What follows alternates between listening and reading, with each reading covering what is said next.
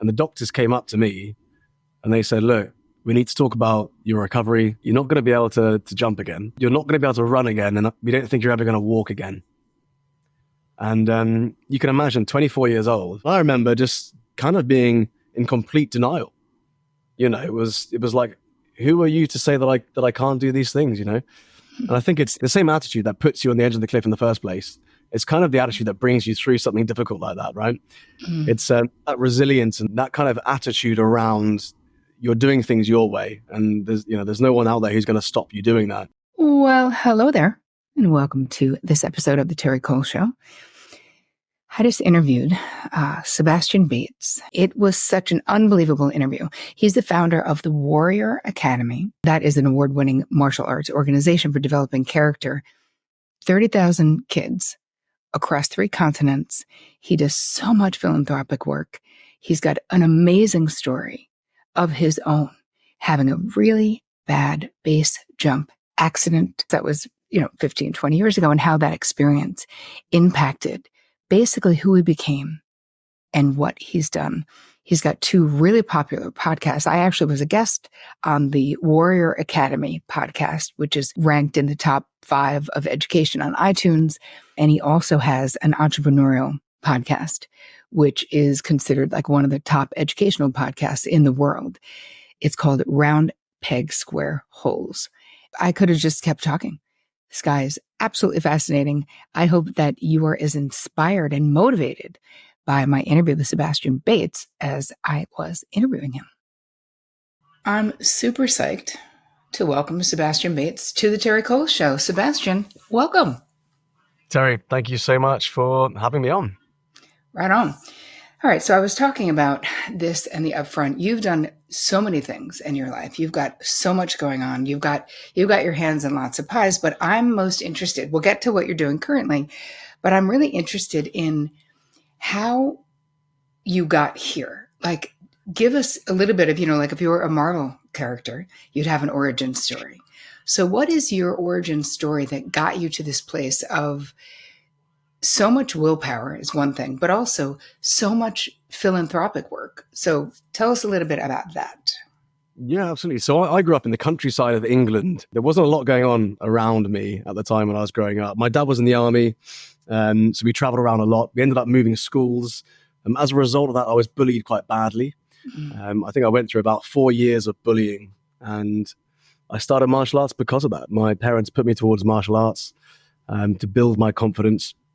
And ultimately, that helped grow me into the person who could stand up to the bullies and eventually overcome bullying. And I think when I look back, I joined up the dots. It's probably why I started the Warrior Academy, which is now a global martial arts organization that's trained over 30,000 children around the world. And so it's funny when you look back and you realize, why you do what you do, isn't it? But certainly that was the start for me of my martial arts journey. As I grew up, I became a professional fighter. I was traveling the world, working in Thailand as a Thai boxer, became a personal trainer in the UK. I'm skipping a lot of years where I traveled the world in India and rode a motorbike across Vietnam and studied architecture at university in Denmark. But skipping all of that and talking more about my origin story and what I actually do, that led me down this path of working with young people. My first gig as a personal trainer was taking over a rundown inner city gym where there was a group of young men, I would say, sort of 16 to 18 years old, who were going through really difficult times, some difficult transitions, some social abuse, drugs, alcohol. They were sleeping rough on the streets, this sort of stuff. And so they would come to the class. And I had a very traditional background with martial arts, but I was combining that with Thai boxing, which is a really brutal stand-up style. And so I was witnessing these guys come in. And as they came in, they would kick their shoes off and, they just wanted to fight. There was so much testosterone in the room. It was clear they just wanted to let off steam because they were going through so much at home. And so, I gradually started work with them on their character. And within a year, they were completely different people. They were bowing as they entered. They were parking their shoes up. They were calling each other sir. They were listening to the things I said and copying the way I lived, even though I was only 19 at the time, 20 at the time, and they were 16, 17. And so within a year, we had 15 national champions from that group. These guys were no longer doing drugs and alcohol. The issues they had at home, they had managed to resolve in the most of them that they could, that was within their control. It was a fascinating experience for me to watch this transition. And I realized, if I could work with them when they were younger, sort of 4, 5, 6, 7, 8 years old, and I could plant those seeds of what I call a black belt character, I'm pretty sure I could transform their lives. And so that's what I did. And I launched the Warrior Academy 2010, about 15 years ago now, 14 years ago. I grew the Warrior Academy for several years. I wrote a book called The Warrior Method, which became a bestseller. And I really dived into that work within bullying as well. Did a lot of introspective work, which gave me a lot of insights. I interviewed 2,000 parents. I realized that so many things that happened within that difficult transition of bullying actually are so typical. And parents don't realize the power they've got to actually prepare their children for that. So I really dove into that sort of work. But while I was building all of this, I was also an extreme sports athlete. So I was a professional fighter in Thailand, and then I was carrying on my training and doing jiu-jitsu and all sorts of stuff in the UK. But I was also a skydiver. And so I had about 500 skydives over a couple of years. And that led me down this path of base jumping. And so I went into a kind of very, very small, unique group of extreme sports athletes who were really pursuing human flight and really pushing themselves. So tell us quickly, if people don't know, tell us what base jumping actually is. So base jumping is essentially taking a parachute on your back with just one parachute, not two like a skydive, so no reserve chute, and jumping off a fixed object. So that can be a building, a bridge, an antenna, or a cliff. And so, I started doing that. I was really wanting to maximize the experiences I had in my life. And, I constantly find myself pushing myself. I'll start something, I'll quickly get okay at it, and then it will absorb my life. And that's basically what happened with base jumping. And I got into wingsuit base jumping. Now, wingsuit base jumping is where you've probably seen the squirrel suits, right? Where you see people putting on these suits and they've got wings each side. Well, they jump off a cliff. And the idea of it is to get as far away from the cliff as possible.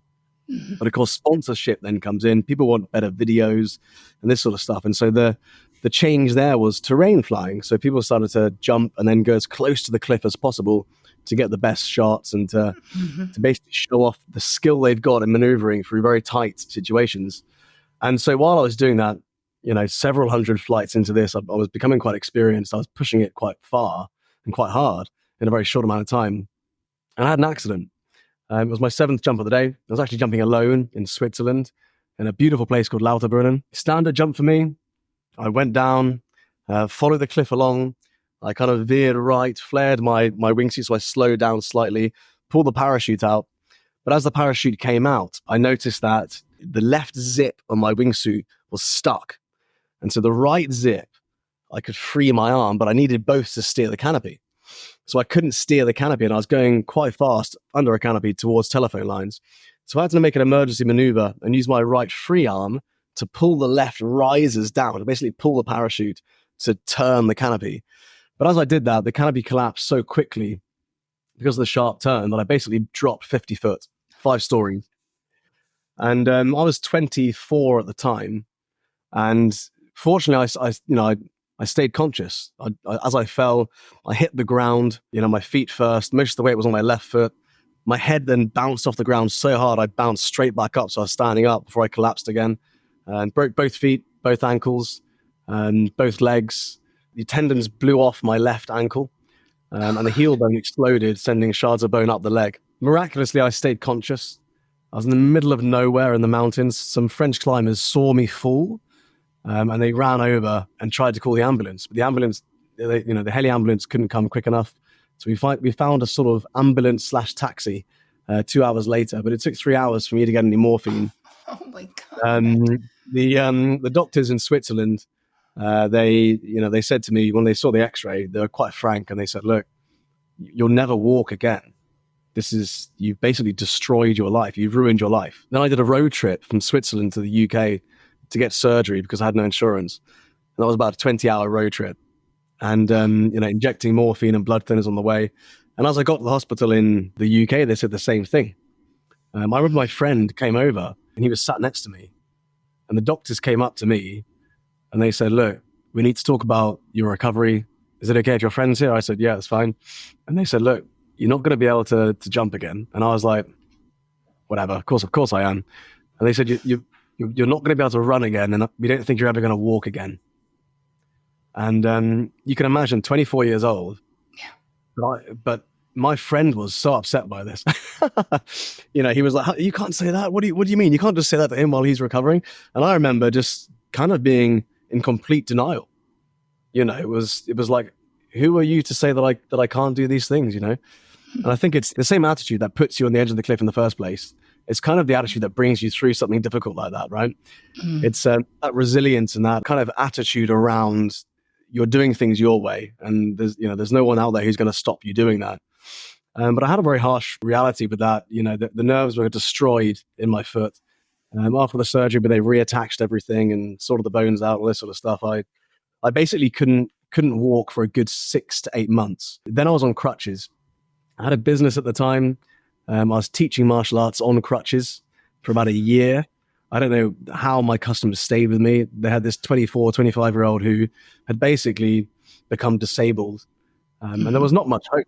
I remember meeting my future wife 3 months before the accident. You can imagine for her, she was basically in a relationship with this professional fighter, extreme sports athlete, who 3 months later had just become disabled. And for the first couple of months, I didn't want to see her at all. I didn't want her to think that she was saving me from my own situation, because I think that's a very poor foundation for a relationship. But she was unstoppable. It was so difficult for me to keep her at arm's length. And eventually, she'd pick me up and take me out and, take me on crutches places. And, she brought so much happiness into my life at that time. The rehab continued. I had a mum who was a physio, so I was lucky there because I had this incredible physio at home. And I moved in with my parents for 6 months so I could live in the living room with my, living on a sofa. And 6 months later, I was walking on crutches. A year later, I could walk with a big limp. So I was walking, but I was dragging the left foot. The nerves hadn't fully come back. So that left foot was being dragged. The foot didn't feel like mine. And that was one of the most horrible things, really. But the lowest point of all of that was when I was referred to the pain clinic. And in the pain clinic, it's basically like the Alamo of rehab, right? They send you to the pain clinic when you now have to learn how to live with pain for the rest of your life. When I went there, everyone there was in their 60s, 70s. It's like they've got to live for 10, 20, 30 years with arthritis or whatever pain they've got. I was 25 years old. For me, it just kind of felt like I'd destroyed my life. I'd ruined my body. I couldn't even take my dogs on a walk, almost a year after this now. They were saying to me, look, you've reached the best outcome for your recovery now. The work's done. There's nothing else you can do. And you've now got to live with a bit of a reality check that this is how you're going to live. So we need to limit the exercise you do. We need to limit the amount of movement you do. 6 months later, I was competing nationally in Brazilian Jiu-Jitsu. I used Brazilian Jiu-Jitsu as rehab. I needed to be competitive. I needed to be around other guys who were competing and for me to be on their level. And so instead of doing stand-up martial arts, I went to the ground. And so on the ground with jiu-jitsu, there was less standing up, less impact for my ankles. And so I was doing 2 to 3 hours every single day for 2 years of that. It was incredible because I had this competitive spirit back again and I felt like myself again. And so that was basically what I used for rehab. What was really incredible, I think, was exactly 2 years after the accident, in the same hospital that I had the accident, at exactly midnight, we're talking 30 meters from where I had the surgery, I was standing in the hospital with my daughter who had just been born. And so I'm standing there in this, this old hospital with this brand new living human in my hands. And she was so small, almost premature. She was tiny, right? Like 5 pounds or something. I had basically started jumping again since. And I said to myself, like, if I carry on doing what I'm doing, she won't have a dad. And so, one of the hardest things about that was for a good couple of years, I couldn't jump. Towards the end of that, I started doing a couple of jumps in safe-ish areas, if base jumping can be safe. But I realized, looking at what I was doing during that rehabilitation period, 15 of my closest friends died. And so I basically, it was like God sent me to my room to think about what I was doing. But it left me with a lot of survivor's guilt, which I didn't realize for kind of 6-7 years Yeah. after. I have so many questions about this entire story. But for you, like, what is the internal, like, can you identify that there's this internal drive that you have to think outside the box, to say that what they say is impossible, you say is possible, and then you live in the reality that you create with your beliefs? Do you understand what is that in you? What part of you? How much did you being bullied as a kid, like, is that part of the drive to be like, I will not be dominated by your limiting beliefs, or what? I don't know. I just want to talk about it because I find it super fascinating. Yeah. It's really interesting, isn't it? I think that when you go through something like bullying, it impacts you in a way that you have this strong sense of justice. Mm. And it's like no one can remove justice from you, and you will make sure justice is done in your own life. And that doesn't necessarily mean you hold a grudge. It just means that you've got your own set of standards for how you want to live and what you're willing to tolerate, and anything that kind of limits that, like the guys, like the surgeons, right? Which I know surgeons need to cover their own back when they say things, but Sure. they would give advice that would be for a normal person. And so, but normal people don't do professional fighting and base jumping and stuff, which is so key to that mindset for rehabilitation. I also think it's interesting the way I grew up. So I grew up watching my dad jump out of planes. He was in the paras. So I would watch him every other weekend jump out of planes, and it was just normal. All of our stories growing up were around adventure, and I would go on adventures with him. You know, I cycled across the Sahara Desert with him, 500 kilometers on a mountain bike when I was 17, and I've done all sorts of adventures like this. And so it was almost like growing up. The most important thing was when you've finished your life, you've got a bunch of good stories, and then you've really maximized life. I guess on some subconscious level, I've taken that to the extreme. Yeah. You know, but it's interesting because I was speaking to a therapist about this when I was processing a lot of this survivor's guilt, and she said to me, why do you feel like you need to do these things? And I was like, well, my greatest fear is to live a boring life. And one of the things she said to me was, that's interesting. Why do you think that if you didn't do those things, your life would be boring? You know, is that something that someone's planted in your mind, or you've created yourself, or, you know, what is it you're trying to prove? I haven't been able to answer that really. It is an interesting, though, concept. I feel like I've always myself grown up with the thought that there's sort of nothing worse than being mediocre. I'd rather fail spectacularly and at least know I really tried than to play it safe. And, you know, my mother was someone who was like, she'd sort of be like, this is good enough. And I was the fourth daughter, and I would always be like, but who wants to be good enough? Like, how is that aspirational? Which is kind of interesting how you coming from a family system that valued living with a capital L, like actually being in life in this way, and you were exposed to it so young. Because I was going to ask you, before you started talking about the Sahara Desert and adventures with your dad, I was going to ask you, as you were butting up against what the surgeons were saying and what other people were saying and what the Alamo people were saying on the last stop on the pain train and all of that, there was a part of you that was saying, no, and I'm doing it my way. But my question was, how did the closest people, you know, what I would call your VIPs, so your wife, your parents, your closest friends, how did they interact with you around your belief that you were going to do this your way, that you were in denial? Like you said, you were denying what they were saying was the physical reality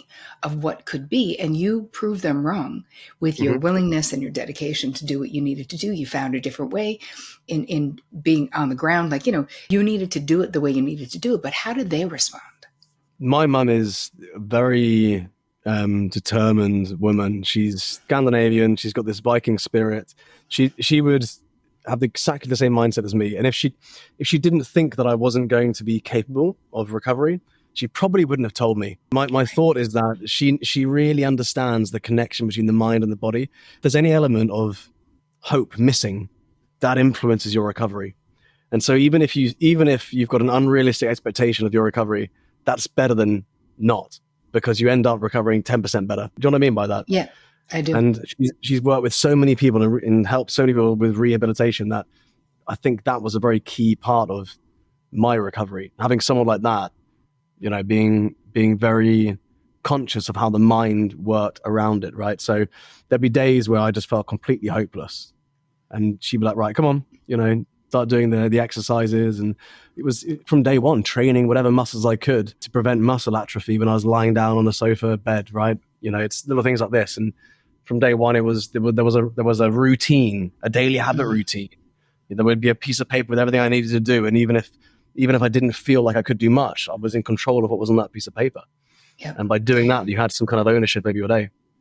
But it's interesting how the focus was on your recovery, right? So the focus was on, you will do this. You will keep doing this. It wasn't like, because it could be someone who was like, well, the doctor said it's not happening, and now I'm just laying on the couch watching the television, or whatever it is. And obviously that's not your personality, but having other people around also being like, yeah, move it. Like, this is what we're doing today. I mean, this story is just such a fascinating story of recovery, but it is also a story of the power, like what you think it is. There's that Henry Ford quote, like, if you think you can or you think you can't, either one is true, basically, in life. And I think that as from a psychological point of view, being a therapist, it's like I can see how, for 25 years, how incredibly important it is what my clients think. And so much of the work that I do is we're uncovering these limiting beliefs that a lot of times are in the basement, right? The unconscious, the subconscious, where they don't even realize what is impacting why they don't think they can, or why they're not good enough, or why they need to get their PhD before they do whatever the thing is, even though they're actually an expert already. And what you're really talking about is the power of that, the power of thinking that you can. But it's more than that, Sebastian, because same thing with my clients. It's the power of thinking you can, but then the willingness to do the friggin' work. Yeah.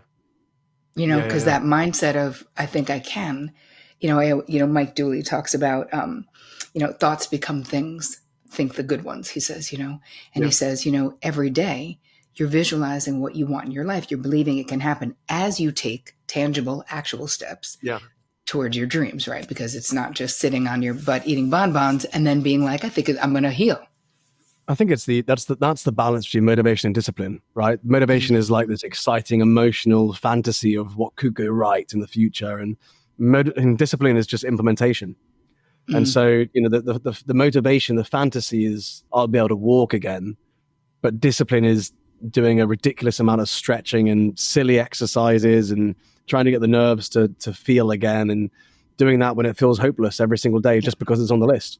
And I think that's the balance we fight with throughout our lives, right? I'd much rather go to an exciting talk or seminar or whatever and go home and implement 3 things that day than just go from one to the other. And I think a lot of people make that mistake in business or whatever it is they do in life. They end up seeking these big dopamine hits, right, through motivation, and they never actually get anywhere because they never implement. It's such a great point, though, and it's such a great distinction about discipline, which is funny. It is exactly that, but I don't really think about it that way. But that's the truth of what it is, because the motivation, the inspiration, the feeling of like, oh, this is going to be amazing, really comes down to, it's only going to be amazing if I'm willing to do what it takes. And a lot of times that means being vulnerable, being emotionally raw. I just had this experience in writing my second book, and I just handed it in, and it's coming out in October, but it was a really heavy lift in a way that the first one wasn't. It was different. It didn't go as I thought it was going to. It was just brutal. And when I was in the deepest despair of really being like, wow, I might actually fail. Like, maybe this thing isn't going to happen. I was thinking to myself, how did you allow yourself to create a life with this much vulnerability, with this much visibility, with this much, why do you love so many people? Like, it was a really weird experience to look at the life I've created. And in so many ways, you've created such a similar one where you have so many relationships and so many people with your academy and kids and families. How do you relate to this level of, in a way, I mean, do you experience it as vulnerability, this visibility that you have? I think there's a trade-off, right?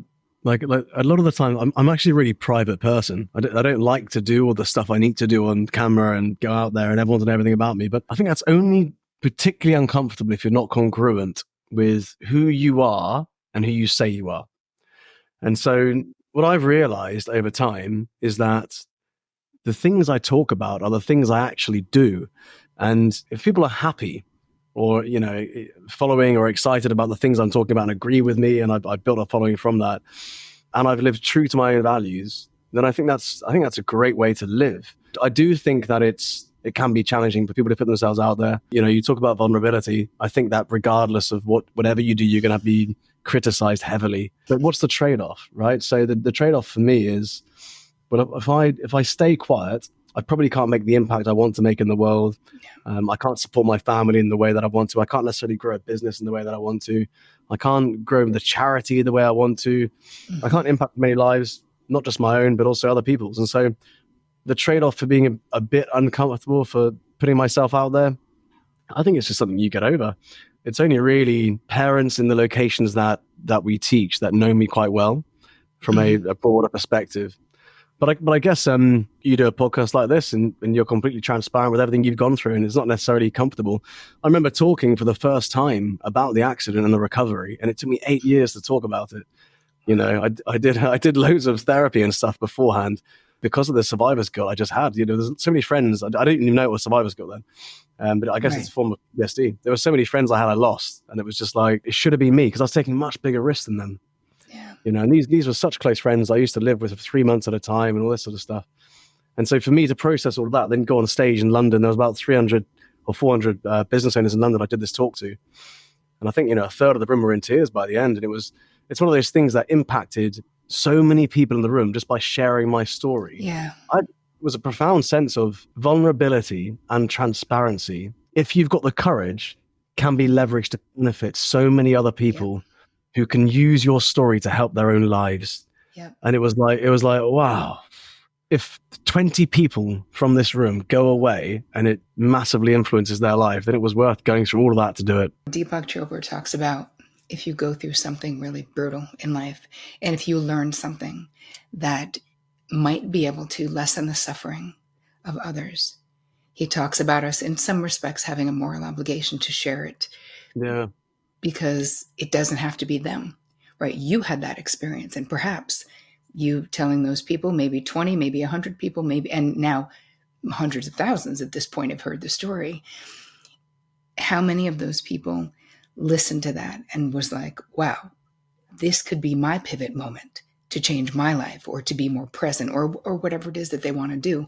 And I always thought about that. I mean, I was somewhere with him like 25 years ago when he said that. And I thought, that's a really good barometer of sharing our experiences. Can it help lessen the suffering of someone else? I totally agree with you, and I think that's a really powerful concept. The only thing I would say is that the timing's got to be right. If I had tried to speak about this on stage a year before I'd done all that deep work, I probably would have done more damage to myself. Do you know what I mean? Yep. So I'm sure, and that as long as you process things properly, and then you're there to share it from a kind of, I don't want to say safe place, but a place where you feel kind of secure in what you're doing, right? Then I think it's a brilliant way of doing it.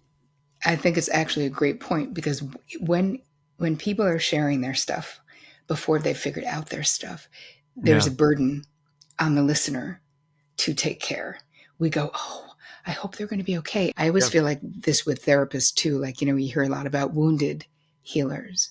Yeah. And that it's so important, if you do this type of work, any kind of type of work, that you are taking responsibility for your wellness before you're sharing something. Yeah, it's a really, really great point. And I see a lot of that. People aren't quite ready to help others, and then they almost need the help themselves before they fully process it, right? Yep. Okay, so I want to talk to you quickly about Molly and Max. So you got kids. You're a dad now.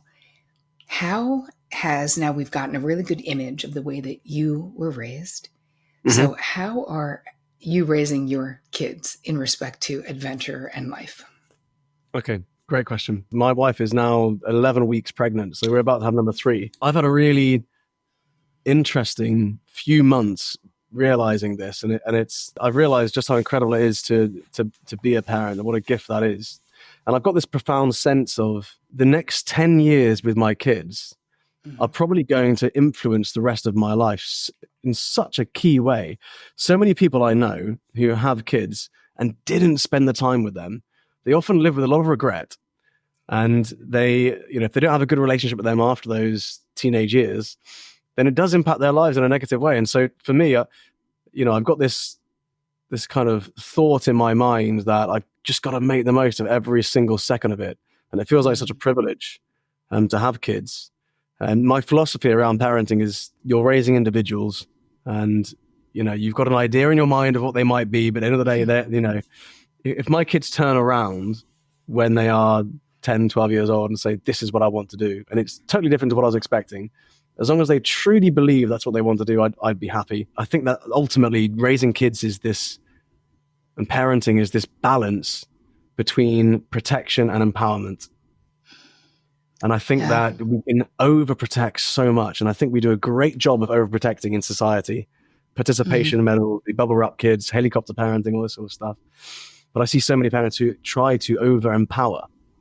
And what they do is they create very fragile kids who go out there and they actually live a life that they don't really want to live. It's fascinating what an impact fatherhood has on people. I wrote recently I do a lot of content around male mental health, which I think is such an important topic right now. There's that really key moment when a guy becomes a dad for the first time.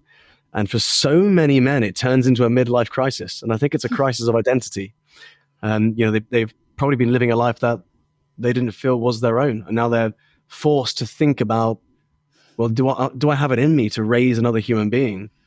So I've had all these interesting thoughts, and I'm going down this interesting niche of podcasting right now, where I'm basically interviewing dads, and incredible fatherhood type podcast. And so it's quite fascinating for me.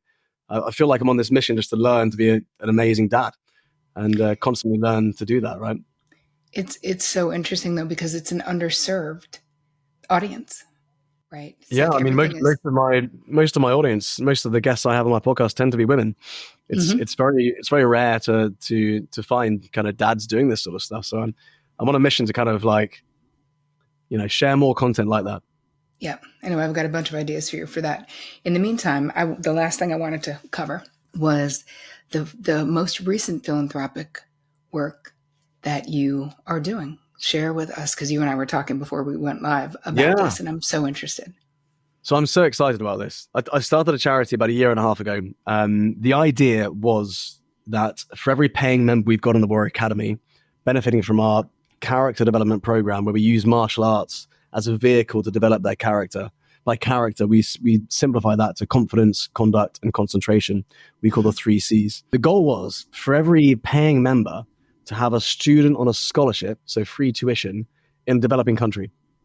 And so the first ever club I launched in a developing country was in a homeless shelter in a little place called Thika in Nairobi, or near Nairobi. And I remember going into it, and it was a converted pigsty. There were 30 boys. Most of them they'd found them on railways, they'd got lost. Some of them did have families, but they had nowhere to find them afterwards. A lot of them had substance abuse, they had burns, they were still addicted to glue and all this sort of stuff. They had tragic lives. It was pretty devastating.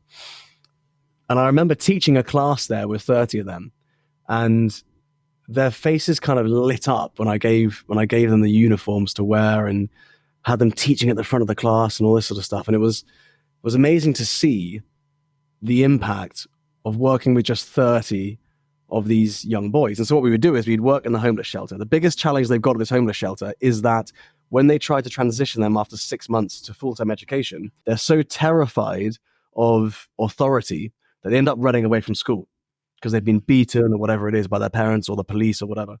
So they run away. And so these kids end up living a very desperate life on the streets. And so now we've got clubs within those schools. So they stay with us. They do a leadership program for 6 weeks after being found on the streets. And then they go to the school where they become leaders. And we carry them on into adulthood.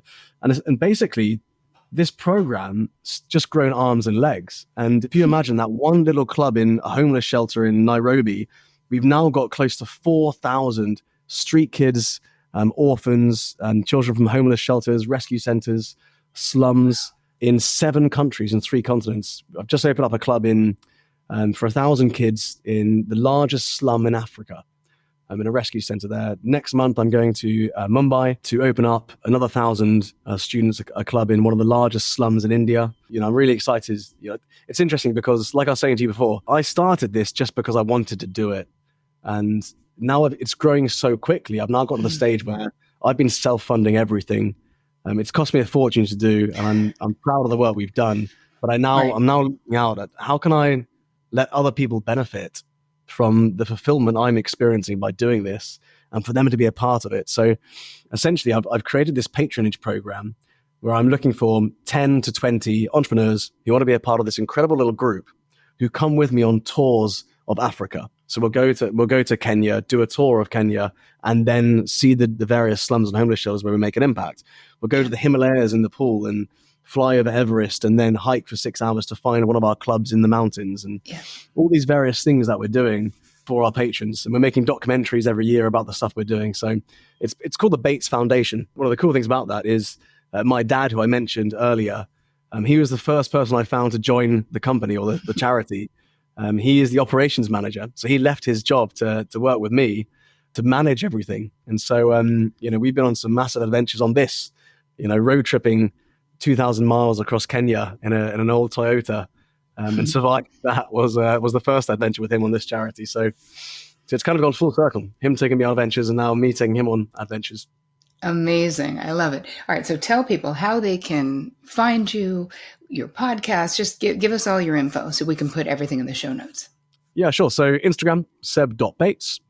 If you want to learn about the Warrior Academy, you can just type in the Warrior Academy on Google and we'll pop up at the top, or you can go to warrioracademy.ae. We're also on YouTube, Sebastian Bates on YouTube, or the Warrior Academy, thebatesfoundation.com.